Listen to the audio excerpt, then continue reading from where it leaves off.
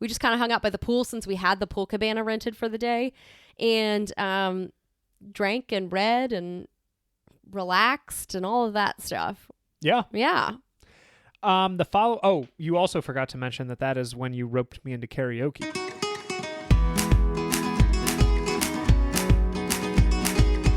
Hello and welcome to the Worldwide Honeymoon Travel Podcast, the podcast that talks about all things couples travel, including destinations, tips, advice, and more. I'm Chris. I'm Kat. And this is episode number 201.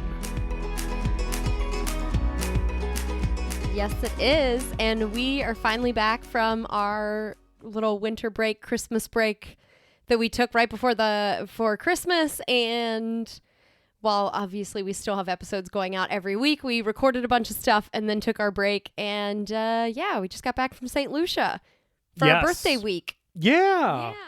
It's nice to start the year with some warm weather. Yeah, that was nice. That was very nice. Yeah, definitely recommend. Yes.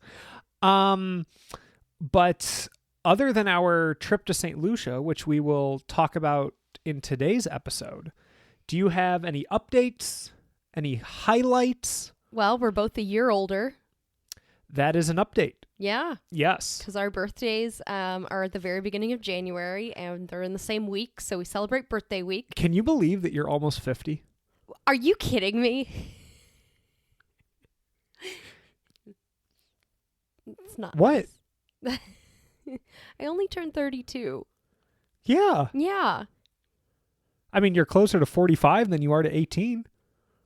That is just the meanest thing that you've said to me today. I mean, so am I. Oh, my goodness. Right?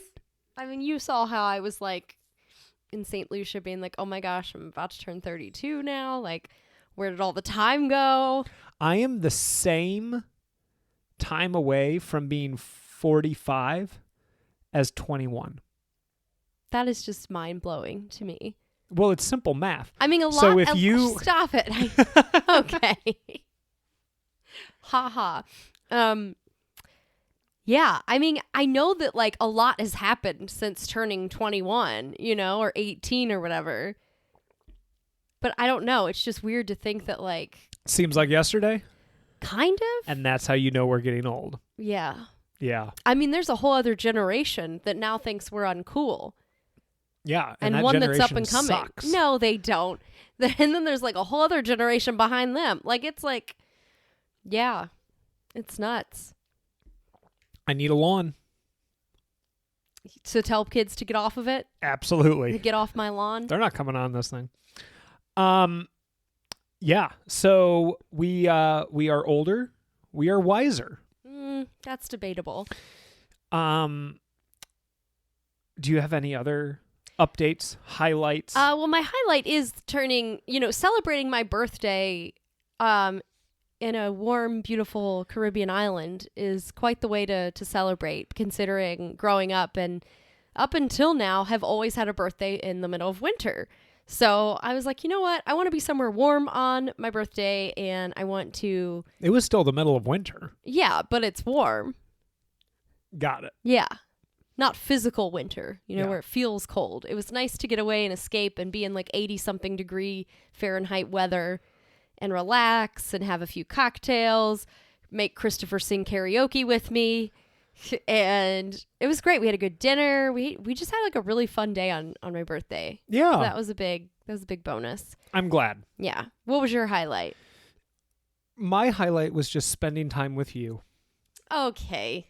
No, in all honesty, your birthday was a big highlight for me because I know how like you'll sometimes get down about like it being cold or gray on your birthday. So we had a lot of fun on your birthday, and we will talk all about that on today's episode. So that is my highlight. It is you. And Christmas was a lot of fun too, and New Year's, like all the I was things just thinking, that we've missed before, I was thinking of the past week. Yeah, but most recent, my birthday. And then getting reunited with Professor when we came home. Always a plus. Always a plus. Anything else you want to chat about? I think that's it. All right. So in today's episode, we are going to be talking all about our itinerary for Saint Lucia. What we did day by day, some of the highlights, top food, top drink, and then also some things that we may do differently, with hindsight being 2020. Yeah. But with all that said, let's start with our thoughts prior to arrival. This was both of our first time in Saint Lucia. We had never been. What were your thoughts prior to arriving there? And yours are probably going to be a bit more detailed than mine because you were the planner for this trip. Yep. I picked the destination and planned it, but it all started, I think, in April of 2022, where I was like, you know what? I want to take us on a trip somewhere nice and warm for our birthdays. And Christopher's birthday was the day before we left, and then we had our 5-day trip and came home. But I was just doing some keyword research because, first of all, we had not been to the Caribbean together. It has been a long time since I've been to the Caribbean, period, and Christopher as well. And that is a very popular honeymoon destination, and we have a blog about couples travel and honeymoons as well as a podcast, and decided that's probably an area we need to explore a little bit more of. So combined with the wanting to be warm on my birthday and go somewhere fun and go snorkeling and hiking and check out a honeymoon place, I started doing some keyword research and found that Saint Lucia is a very popular place for honeymooners and couples, and decided, okay, well, that seems fun. It has the mountains you can climb, the pitons. It's got great snorkeling and beaches, lots of great resorts. So there we go. That's kind of how we decided on Saint Lucia. And so Honeymoon Island, it has a lot of all-inclusive resorts, which was kind of something that we wanted to try for the first time, a traditional all-inclusive. Because we've done some with all drinks and food sort of included, but maybe not necessarily all inclusive traditional kind, I suppose, if we stay at like a lodge or something like on safari. But yeah, I knew it was warm. I knew there were mountains. I knew there were beaches. And I just want to be somewhere warm. So that was kind of my thoughts prior to going to St. Lucia. And I've seen many Instagram photos of the pitons, and that's where I was like, you know what? I want to see those up close. What were your thoughts prior to going to St. Lucia? Mine were that I was expecting a tropical oasis, and I was expecting a nice little mix of mountains and beach, especially with the pitons like you had mentioned. My buddies and I will always say, like, are we more mountain people or beach people? And I think that I can be either, depending upon like the atmosphere. And why do you have to choose? You can go to St. Lucia. Exactly. I was gonna say this was a nice little mix of the two of them, and then the honeymoon aspect of it. Like on our way there, we flew from Charlotte to St. Lucia, and on that flight, I don't know how many times the pilots and the flight attendants and everyone were like, and congratulations to all of our newlyweds. You're going to have a great honeymoon. Like, be sure to relax. Be sure to have a water between those honeymoon cocktails. And I'm sitting here like, goodness, is everyone on their honeymoon on this flight? And they were. Except us. Yes. But yeah, so I was expecting like a romantic tropical oasis, mountains, beaches. I had high hopes. Okay. First impressions. Upon landing, it's absolutely stunning. I mean, you see the Caribbean as you're flying over it, and you see the crystal clear water and the green lush islands, and it's all absolutely stunning to fly over. And as soon as we land and we get picked up by our shuttle, we drive to our resort, which is about 45 minutes away, and the countryside is lovely. There are mountains everywhere. It was the day of like the observed day for New Year's. So I think a lot of people were off work because you saw a lot of like bustling like restaurants and bars where a lot of locals were hanging out, which looked fun. And then we just kept driving on through, and it definitely is a mountainous, beautiful place. And then when we got to our resort, the view of the pitons, the Petit Piton was beautiful. I wrote down great food and seafood, and yes, there are a ton of honeymooners. I cannot tell you how many honeymooners we met that were married. I think they got married. A lot of them were New Year's Eve. Yes. We met so many couples that either like had a delayed honeymoon, so now they're honeymooning, or it was a New Year's Eve wedding, and then now they're on their honeymoon and all that stuff. So we met a ton of honeymooners. There were a handful of people that were not on their honeymoon like us, but definitely a popular honeymoon place that we observed. Just even from the plane, both resorts we stayed at, everything. And pretty much everyone asked us when we met, like, oh, are you guys on your honeymoon? And we're like, oh, no, we've been married a while. Like, this is just our birthdays and stuff like that. So definitely a lot of honeymooners, but I can definitely see why, because, you've got the mountains, you've got the beach, the beaches, and it's absolutely stunning. There's a lot to see and do in Saint Lucia. What are your first impressions? I wrote down that my thoughts prior to arrival were spot on. We had a beautiful drive to Soufrière. Mm-hmm.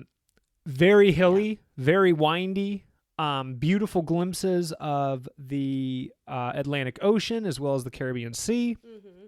Beautiful little like coastal drives, but then we also got into the rainforest a little bit more, got into the mountains a little bit more.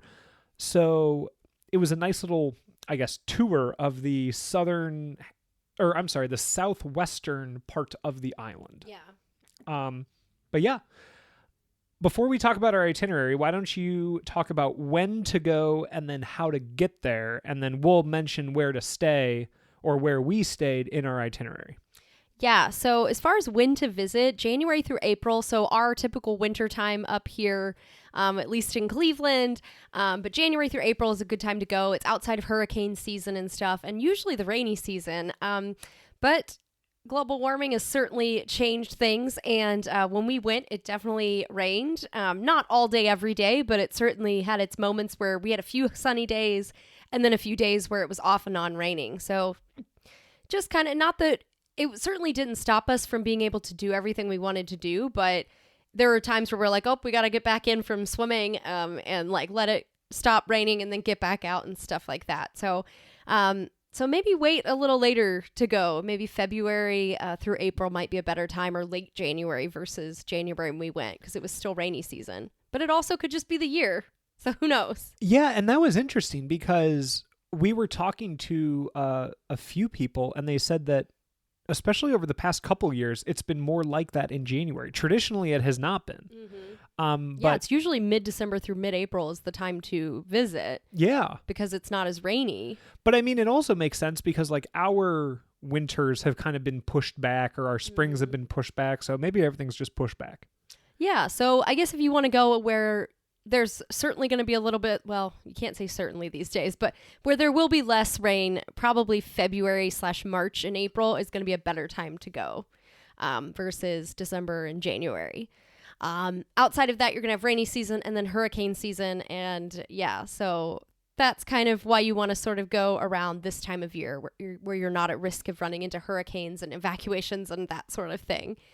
As far as getting there, there are two airports. There's one down in Vieux-Fort, which is the big international one. It's in the southern bit of the island, very south on the island, and that is where you'll have most of the big international flights. And then there's one up in Castries, which is the capital city in the north, where they have more of the inter-island flights and stuff like that. So most of the time you're going to land at the southern airport, the UVF airport, in the south part of the island. And then from there, you will probably take your shuttle to your hotel or rent a car or whatever. But most people tend to just take the shuttle to their hotel, which is what we did, is we hired a shuttle. So yeah. Yeah. And that's getting there and when to visit. All righty. So we'll walk through our itinerary now. We spent 6 days, 5 nights in Saint Lucia, and I will start us off with day one. We landed at the large international airport, large, relatively speaking. The largest airport in Saint Lucia. Yes, which is in the southern part of the island, like you said. And then we had about a 45-minute drive to our first destination where we stayed at, which was Stonefield Villa Resorts in Soufrière, which is in the southwestern part of the island. This was that drive that I was talking about earlier. Stunning views of the Atlantic, the Caribbean Sea, the mountains, the hills. Just really, really pretty drive. I mean, we were looking all over the place, and it was not boring whatsoever. Yeah, and we ended up staying here for 3 nights, the Stonefield Villa Resort. And our main point for staying in the Soufrière area is because it's sort of it's got a ton of things to do. You've got great beaches, there's good snorkeling, you've got the stuff that we're going to get into. You could like the volcano, there's the pitons for hiking. So quite a lot to do just in this area. So that's why we decided on it for our first 3 nights. And we wanted to stay somewhere in the mountains. Yes. Mm-hmm. So when we got there, we just hung out at the resort this day. Mm-hmm. We had a few of the local piton beers. Mm-hmm. We enjoyed our plunge pool, as well as the gorgeous views of Petit Piton right off the balcony, or not balcony, the deck of our place. Yeah. Do you want to talk a little bit about our villa? Yes. So the villa was stunning. There was a deck outside, like I said, covered, and it had a couple of rocking chairs. It had 2 like little recliners with a table and then a hammock. There were also 2 poolside recliners, a plunge pool that went from 3 feet deep all the way to 6 feet deep, and that was a private plunge pool. And then inside, fantastic bed, a table, chairs, all that kind of stuff, bathroom, closet, and then an outdoor shower, which was pretty cool. Yeah, and it felt very, very private and lovely, and the views were just stunning. We watched the sunset the first night there. Yes. Yeah, and so this resort, we actually booked the all-inclusive package, so it's not a traditional all-inclusive resort, but it basically included our breakfast, a 2-course lunch, and a 3-course dinner, and then snacks throughout the day if we wanted them. And then it included, I think, beer, wine, and then house cocktails. But then anything premium would be cost additional, essentially. So basically our food and drinks, for the most part, were included, and anything extra we wanted to do, we would have to pay for. So yeah, that was kind of our first all-inclusive-ish thing that we did for the trip, which we've done things like that before. But yeah, we checked out Stonefield. Yeah. And we had cocktails. Had a great dinner. Had a great fish, seafood chowder. Yes. And then went to bed because we had an early day the next day. We did. Day number 2 was probably Christopher's favorite day of the trip because he's an activities guy when it comes to this sort of thing. And so we woke up pretty early. We had a quick breakfast and we're driven over to Gros Piton, which is the bigger of the Petit Piton and the Gros Piton. And we went to hike that. So do you want to tell us a little bit more about the hike? Yes. So the hike, they say, generally will take right around 4 hours. Mm-hmm. And that is round trip. Yes. Gros Piton is a UNESCO World Heritage Site. Mm-hmm. It is approximately 800 meters or 2,620 feet high. It took us right around 3.5 hours to get up there and to get back. You have to go with a guide. Mm-hmm. We had a wonderful guide. Her name was Merle. She had been leading hikes for, was it 25 years? For 24 25 years. Yeah. And she does it Monday through Friday in the high season, every day, Monday through Friday. Every day. Sometimes twice a day. And That's I was incredible. Like, that is insane because it wasn't the easiest hike.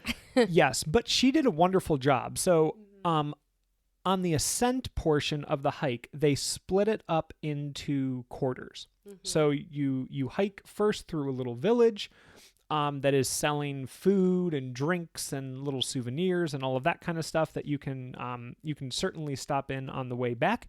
And then you get to the quarter point, and there is a beautiful view of the Caribbean. Mm-hmm. Continuing to climb, you get to the halfway point, which I actually thought had the best views. Yeah, so if you guys get to the halfway point and you're just gassed and you're done, know that that's the best view actually is at the halfway point. If you want to keep challenging yourself and you've got the energy and the water and resources and stuff to keep going, by all means make it to the top. It's worth it. But the halfway point I think is the prettiest. And why is that? Because that's where you see Petit Piton. And it just a beautiful little cove too. So Petit Piton is on your right. You have the water, you have the other mountains. It was just a stunning view. You continue to hike, and from the halfway point to the 3/4 mark, I think that was probably the most difficult portion of the hike. It certainly felt the longest. Yeah. Yeah. You hike to a mango tree that is 300 years old, take a short rest, and then all the way up to the peak. And the views from the top are gorgeous as well. I mean, you see a lot of the island. On a clear day, you can see other islands. Other Caribbean islands, yeah. Yes, like St. Vincent, Martinique. But we could not see them that day. It was a clear day, but it was just hazy enough that we could not see them. And then you begin your descent. Stop at the same places on the way down. Although the way down is not nearly as taxing, I will say breath-wise, as the way up, but it is still difficult because you're climbing down a mountain now as opposed to climbing up it. Yes, and I will say that the climbing part is it's mostly all rocks. It's like rock stairs the whole time, and there will be some grabbing of tree roots, but they do actually have some railings in the particularly steep parts that you can kind of hang on to as you make your ascent and then descent later on. And you can rent a hiking stick while you're there for about $5. I highly recommend it. I am also very clumsy, but I rented one and I thought it was very helpful, especially coming down the mountain because I am prone to slipping. You are not very clumsy. You don't give yourself enough credit. Yeah, but like, I don't know. I was nervous about making the descent more than climbing. Like climbing was really, really hard, I thought. Like I would consider it a strenuous hike for sure. So, I mean, it is a lot of like working. And I know at the end of it, like as we're climbing down, my thighs were definitely shaking because my muscles were just burnt out from the hike up. So I'm glad to have that extra support from like a hiking stick to kind of sort of help guide my way and keep me stable. So I don't like slip on a rock or something. But so it's about $50 to go if you just go on your own, and that includes your guide. Obviously it's nice to tip your guide as well. And we just booked it through our resort, so they kind of took care of that, and then we tipped our guide additionally. Yeah. But yeah, 3.5 hours out and back. And then for the rest of the day, again, we just kind of hung out at the resort, relaxed, swam, and had a great dinner. What did we do on day 3? So day 3, we at least got to sleep in a little bit. And then we were picked up by our guide after breakfast, and we went straight for Soufriere Volcano, which is the world's only drive-in volcano. Like you're literally driving right next to it as you're pulling into the parking lot. And it is an active volcano, but it is mostly like it's not lava coming out of it. It is pretty much just gas and different things like that. So it has a very steam, rotten egg smell going on because of the sulfur. And with that, they also have, so we see the volcano, we took a little tour of the volcano, and after that, you get to go to the sulfur springs right next to it because of all the minerals and stuff that comes off the volcano and into the river. They gather that, and we're able to put this like sulfur mask all over our body, which is really good for your skin. It's good for inflammation, all of that stuff. You kind of let that sit and soak for about 20 minutes, and then you get into the sulfur hot springs to wash yourself off, and it's just like these heated, steamy baths in nature, and it's very lovely. And yeah, I really enjoyed the sulfur springs and the volcano. I did as well. The volcano was really, really neat, especially with all of the like the sulfuric water, right, running around, like how heated it was, and like you said, it did have that rotten egg sulfur sort of smell. But the the rock formations around the volcano were beautiful. I mean, whites and silvers, but also some purples and some oranges. Really, really pretty. Yeah, from all that the minerals. Yeah. Yeah, and then getting to relax in those baths for about 20 minutes or so was also very refreshing, especially the day after our big hike. Yeah, and our skin felt very smooth afterwards, so it was kind of fun to like lather ourselves up with this mineral mask and just kind of sit there and then get in the hot springs, which were really, really lovely. After that, we went to a couple of waterfalls to explore. We went to Torai waterfall, which was very lovely. It's about 3 feet deep, and so you're able to kind of get in and explore. It was very cold, but we did get some photos. That was really nice. And then we went to Diamond Waterfall, which is another kind of sulfur mineral waterfall. So it's really interesting because the waterfall comes down and there are all these different colors, like orange and different things like that, on the rock where the water has tumbled down from all of the minerals and stuff. So that's really cool to see. Plus, it's in a botanical garden, so you can kind of walk around and enjoy the botanical gardens before going back to your resort. Yes. And then after we got back and had lunch, we then went to the beach. Mm-hmm. We snorkeled for a bit. Mm-hmm. We were going to go to another beach. Yeah, you can take a water taxi or water little shuttle to Sugar Beach. We were at Malgratuit Beach. Mm-hmm. Yeah. Unfortunately, it started storming. We couldn't do that, but we did get some really nice snorkeling in at, say it again. I think Malgratuit. Okay. Yeah. Yes. That beach. We saw a whole bunch of like blue tang, parrotfish, a sea snake, which was awesome. I had never seen a sea snake before, at least like swimming around and doing its thing. Yeah. And then we also saw a bunch of eels, which were also pretty cool. And the water wasn't terribly deep. There were definitely areas where you could stand. But there were also, like, you had to kind of like swim out a little bit. It was probably like, I don't know, maybe 10 to 20 feet deep where we saw a lot of the good stuff. Mm-hmm. But it was not like a heavily trafficked area or anything like that the day that we were there. And then we went back, had another delicious meal, and got ready for our next day when we transferred to Serenity at Coconut Bay. Yes. So on day 4, we went down to the south part of the island in Eau-Piquante to go to Coconut Bay and specifically Serenity, which is their adults only, couples only part of the resort. That it was an exclusive part. And we wanted to stay there because it was a little bit more exclusive. There's less people. And the suites are amazing. So we had our own private plunge pool. It was very private. We had a hammock. We had a bar area outside. We had a gazebo area to chill out in. And then our indoor suite had like a living room area, our bed, a giant soaking tub, sinks, and then obviously a shower and a bathroom and stuff. So it was we had a lot of space. It was absolutely lovely. They stocked the fridge for you at Serenity. We had our own private butler, I don't know. This was our traditional all-inclusive resort, okay?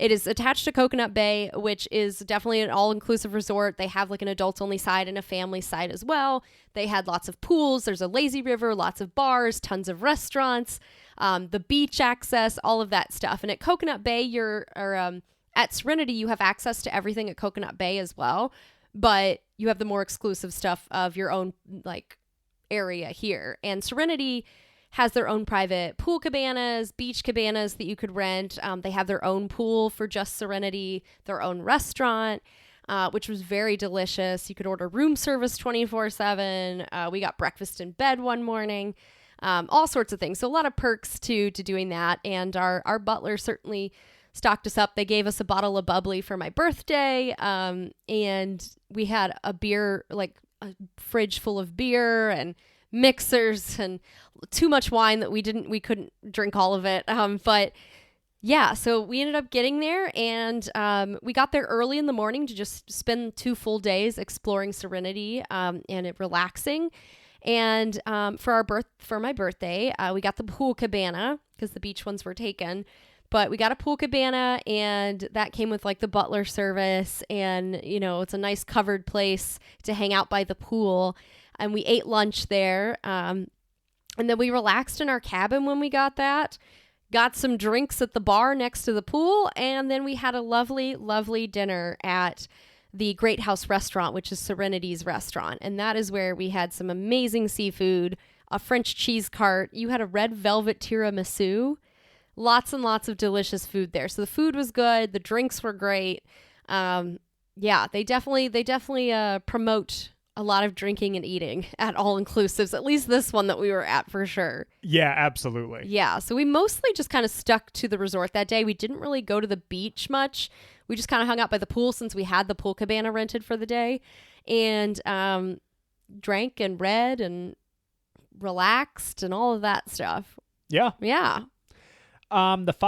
You also forgot to mention that is when you roped me into karaoke. Oh, that's right. That's right. Because after, so they put on little events every single night too, which is nice. So, after dinner, they had a champagne and chocolate tasting going on over by the pool, and they had like some pretty good champagne and stuff too. I mean, they had like Prosecco and like other sparkling wines, but like, I was like, oh, I'm going to go for the champagne.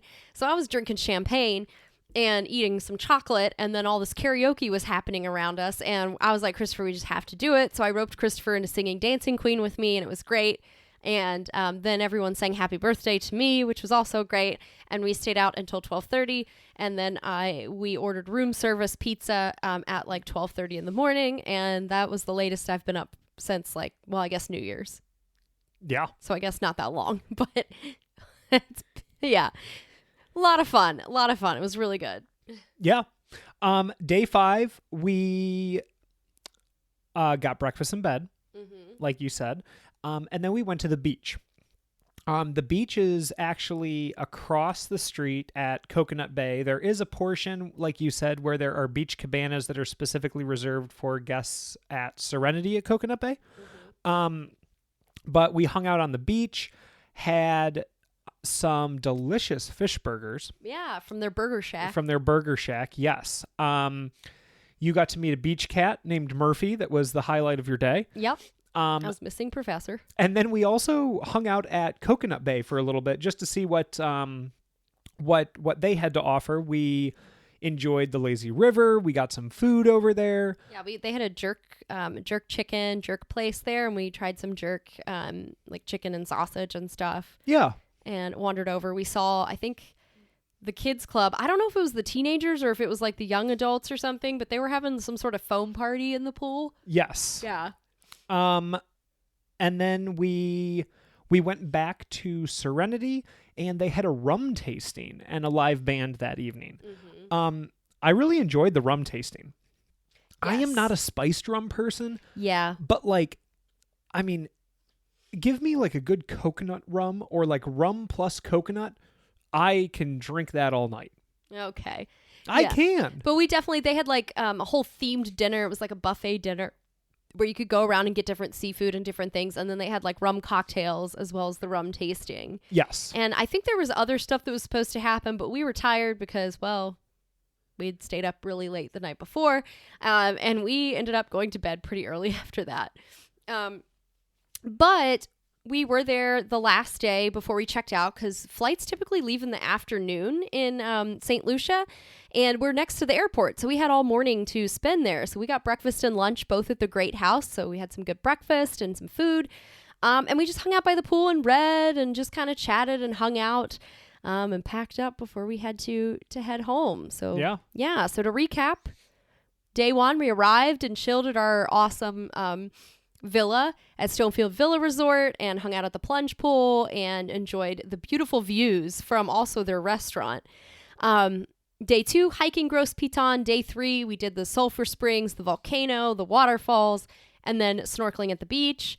And then day 4 and 5, we just kind of hung out at the all-inclusive resort, the traditional one that we went where literally everything was included, which was pretty cool because you could kind of get multiple dishes to try. And it was nice. And then we left on day 6. And now we're home in the cold again. Yes. I'm thriving. But we have Professor. What was your... Well, actually, I'll switch it up. If you could change one thing about our itinerary, hindsight being 2020, what would you change? I would say that if I could change it, I wish that we could have done both the Malgratuit Beach as well as Sugar Beach, because I've heard that the snorkeling at Sugar Beach was great. Or just done that versus Malgratuit. Not that there was anything wrong with the beach we went to, but I've heard great things about Sugar Beach, that there's more corals and stuff like that to see. So I would maybe take the shuttle there or try to do both. But unfortunately, the weather kind of blocked that from us. I think having an extra day to explore more of the beaches on the Caribbean side would have been great. But again, we only had so much time. And then maybe instead of going, because I really enjoyed Serenity at Coconut Bay. I love the service. Oh, yeah, we got massages while we were there, like by the beach. We had a lovely time, both on the beach and by the pool. But I will say that the beaches there aren't as great because it's on the Atlantic side, so the water's a little bit choppier. It's not quite as crystal clear Caribbean blue like the other side of the island. So for people that really like to swim and snorkel, maybe I would look further up in the northern part of the island, closer to Castries in that area, for those beaches, and to snorkel at those. So maybe instead of doing Serenity, doing that instead, not to take away from Serenity, because I also really enjoyed it. Okay. Yeah. Mine is pretty simple. Okay. It also deals with Sugar Beach. Mm-hmm. I think that I would have skipped the 2 waterfalls and the botanical gardens, Mm-hmm. just done the drive-in volcano and the sulfur baths, and then gone back for maybe like an earlier lunch, Mm-hmm. and then done the 2 beaches, like you said. Obviously, sense. all like weather permitting, but I think that the time spent at the waterfalls and the botanical gardens could have very easily been swapped for time at Sugar Beach. Mm-hmm. Which, I mean, a lot of people that we were talking to spoke very, very highly of the snorkeling over there. Yeah, and we would have done it. It's just the storm. I mean, unfortunately, Right. ran into some bad weather. So, yeah, so I think that's the biggest thing. What was the best meal you had in St. Lucia? So I'm going to be a little more specific. I'm not going to say the meal as a whole, but I will say the best thing that I ate. Okay. Is that what you did, or did you like pick a meal? No, I think I picked the best thing I ate, yeah. Okay. Mine was the calamari at Stonefield Villa Resort. Okay. They were calamari rings, perfectly cooked. Mm-hmm. Perfectly. It was fried, but very lightly fried. Mm-hmm. A very light batter, crunchy, flavorful, not oily, not like soggy or like weighing down the calamari. You could still very much taste the calamari. Mm-hmm. And like I said, the calamari was perfectly cooked. Very tender, not chewy. That was the best thing I ate there. I really liked the red snapper, our first night at the Great House, as well as the octopus appetizer that I got. Sorry, I had to mention that too. Unbelievable. But the seafood there at the Great House was fantastic. It was. What about your best drink? My best drink was the Saint Lucian cocoa tea at Stonefield Villa Resort. So both of mine came from the first place that we went to. Yeah. The Saint Lucian cocoa tea has cocoa, obviously, cinnamon, star anise, nutmeg, and a bay leaf. The reason why I like the cocoa tea at Stonefield instead of at Serenity was because Serenity's was sweetened and Stonefield's was not. Well, you could add your own sugar and you stuff. could, which was yeah. nice. They gave you sugar. You could add it. I liked it unsweetened. I just thought that it had more of like an earthy, spicy sort of flavor that I really, really enjoyed. Yeah, it's almost like a spiced hot chocolate, which was fantastic. It was very delicious. Yeah, like instead of like a mulled wine or something, it would be mulled like a chocolate. mulled cocoa. Yeah. You know what I mean? Yeah. Yeah, I mean, I agree with you there. I think their version, their cocoa tea was amazing. But I gotta say, I did like Serenity's pina colada and their dirty banana. So shout outs to those as well. Fair enough. Their cocktails. All of that being said, would you go back to St. Lucia? Yes, I highly recommend St. Lucia, especially for honeymooners. I would go back, but I wouldn't prioritize it over seeing other Caribbean islands. if that makes sense. I agree now wholeheartedly. that I've been there. Yep. Yeah. I absolutely loved it. I'm really, really happy we went, especially Gros Piton was a big highlight for me. Yeah. The island was just gorgeous. It was Yeah. absolutely beautiful. But I agree with you. Like, it's not like you know what, I'm going to forego seeing other islands in the Caribbean because I just want to keep going back to Saint Lucia. We met a lot of people who did take that approach. We met a couple from Toronto that started going when their kids were really young, and they've gone to Saint Lucia every single year for the past 15 years. Mm-hmm. It is definitely magnetic. It's beautiful. I could see why you would want to return, but just, I guess, with my travel style, and it sounds like you're the same, I would want to see what else is out there. Mm-hmm. But given the opportunity, I would absolutely go back. Yeah.